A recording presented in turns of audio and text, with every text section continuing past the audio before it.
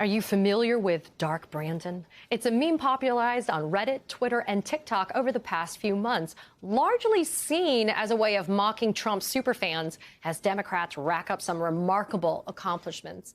Until recently, the White House used to take a longer view of the political news cycle. But with legislative victories stacking up, the vibe is shifting. And that's according to the New York Times, who notes that one example of that is the rise of Dark Brandon. What started as a right-wing fringe insult of Joe Biden has since been ironically embraced by the president and by Democrats who are using it to celebrate the party's recent policy wins.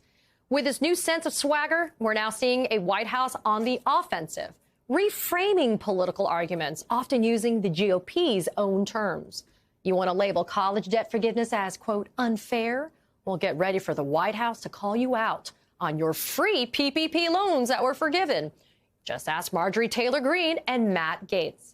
And it's not just online. The president himself is taking a sharper tone, not afraid to call out MAGA Republicans and their double standards. The MAGA Republicans have awakened the powerful force in America, the women of this nation. MAGA Republicans don't have a clue about the power of women. Let me tell you something. They are about to find out. Oh, yeah. Oh, yeah. You can't be a party of law and order and call the people who attacked the police on January 6th patriots. You can't do it. What are we teaching our children? It's just that simple. That last remark from the president will resonate with my next guest. He's a state representative from Pennsylvania, where Biden delivered that speech. Malcolm Kenyatta has blessed me with joining me on set here in New York. Malcolm, thank you so much for being here. I really appreciate it. I'm excited to be with you. I really am. It's so good to see you. You know, I was telling somebody, I like off-prompter Biden. I like that energy. I like the authenticity. There's a Wall Street Journal poll that's showing that these upcoming midterms are now militating, like independents are looking a little bit more towards the Democrats as being the candidate of choice. Do you think Joe Biden in this new, fresh, energized, tougher Joe Biden, that type of messaging is enough to carry them into a win in November? You know, this is the Joe Biden that we need. And I've been saying for a long time, and I think I said maybe last time we spoke, that the more he is out talking about the accomplishments that he has been able to get through, historic accomplishments that he has been able to usher through during his presidency, and the more that he is out making a vigorous, aggressive case against a Republican Party that, frankly, does not believe in the promise of America and is laser focused on trying to rip away people's freedom, the freedom to choose, the freedom to love. And you're seeing a real backlash. And so every time we see the president out there saying what people are thinking and prosecuting the case against a party that's lost his way, I think that's good for the midterms, but also I think it's good for the future of the country, frankly. So there's a big primetime speech that we're all going to be looking forward to listening to tonight. It's in Philadelphia, Independence Hall. You're going to be there. Mm-hmm. So what do you want to hear more of, or what are you looking forward to hearing from this primetime speech with Biden? You know what? It's a powerful moment, and I think it's going to be a historic speech, and where he's delivering it in front of Independence Hall, where this experiment in democracy was crafted and signed and toiled over.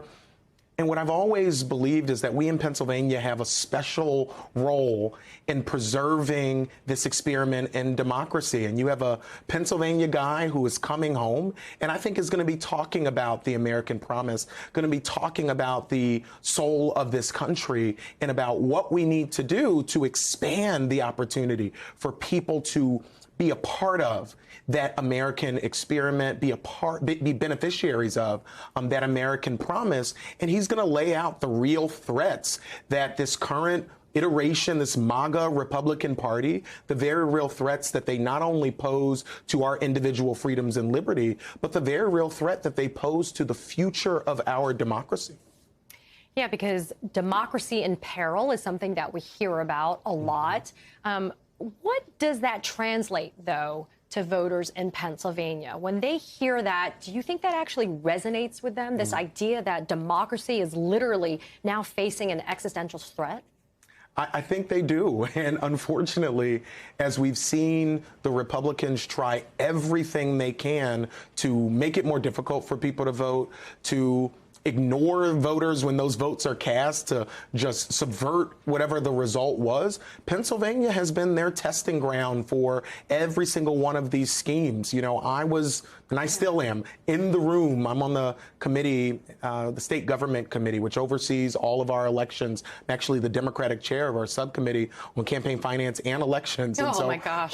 I know. So for 2.5 years, I've been in the thick of this with my colleagues who, you know, wrote a letter to Congress saying, please don't accept the electoral votes that are coming down, who tried to, in the midst of the election, do what they were calling an election integrity committee, which was going to allow them to subpoena people's ballots in real time.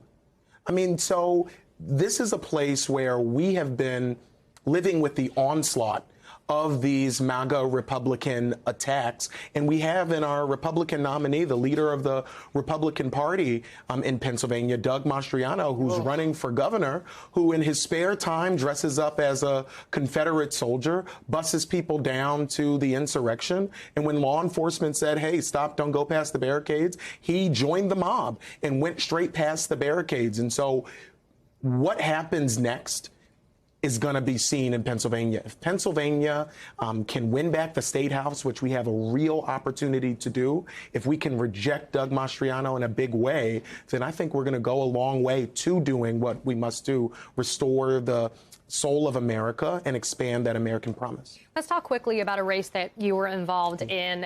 At the end of the day, it's Fetterman versus Oz. You know, I want to play some quick audio for you from Dr. Oz, where he lays out his extreme views on a particular topic, abortion. Take a listen. If life starts at conception, why do you care what age the heart starts beating at? It's it's still murder. How is that stance that life begins at conception going to play out with Pennsylvania voters? You know what? It's just another example of the fact that Dr. Oz is a liar.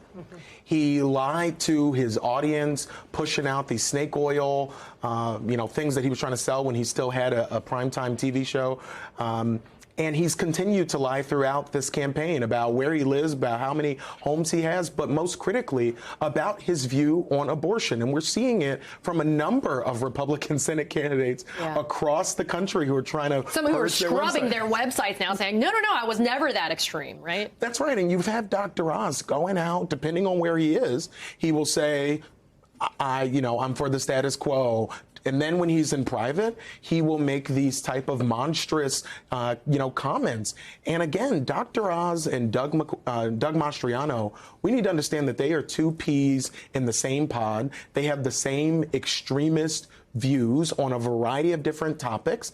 And Dr. Oz we are seeing the real Dr. Oz when he thinks nobody's listening, when he thinks he's just talking to the party faithful, he's telling us what he really believes, and what he believes is completely out of step with Pennsylvania voters. You know, I have to ask, because I have this conversation a lot of times with friends and colleagues and even strangers if they're willing to have this dialogue with me. People like Mastriano, people like Oz, some even nuttier people, if you could say, maybe in Arizona, for example. Did they always have these points of view, but they were just being polite? Because in polite, society, we weren't overtly racist. People were not overtly homophobic. People were not overtly misogynistic.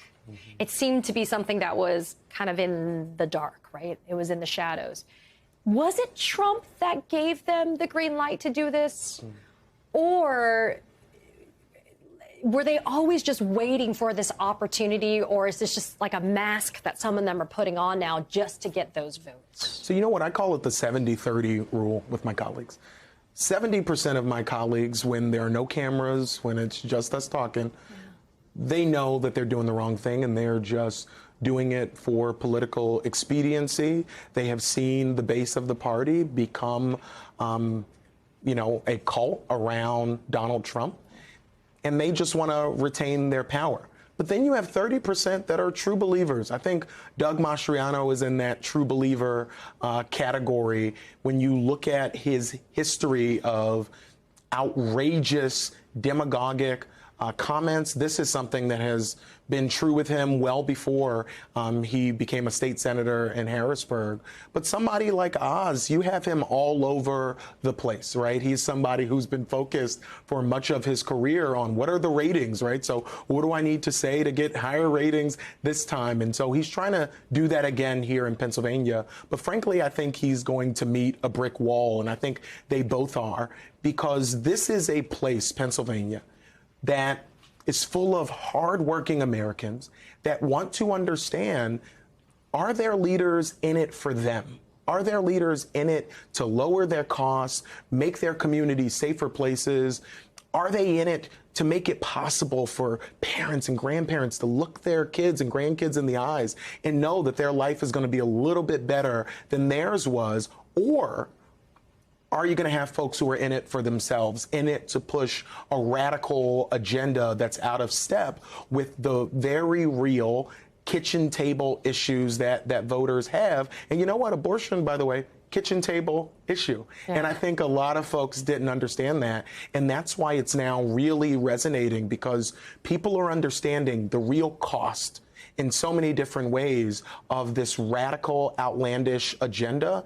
And whether they are a Mastriano who believes this in his heart and soul, or whether they're an Oz who's willing to just say whatever he thinks people want to hear, either way, it's dangerous. And either way, we have to make sure that we reject them thoroughly in November. Malcolm Kenyatta, you're fighting that good fight. It's tough. I feel you. It is tough in Pennsylvania, but you are doing it. And I am so grateful that you joined me today on set. Thanks for being here. Happy to do it. Thanks.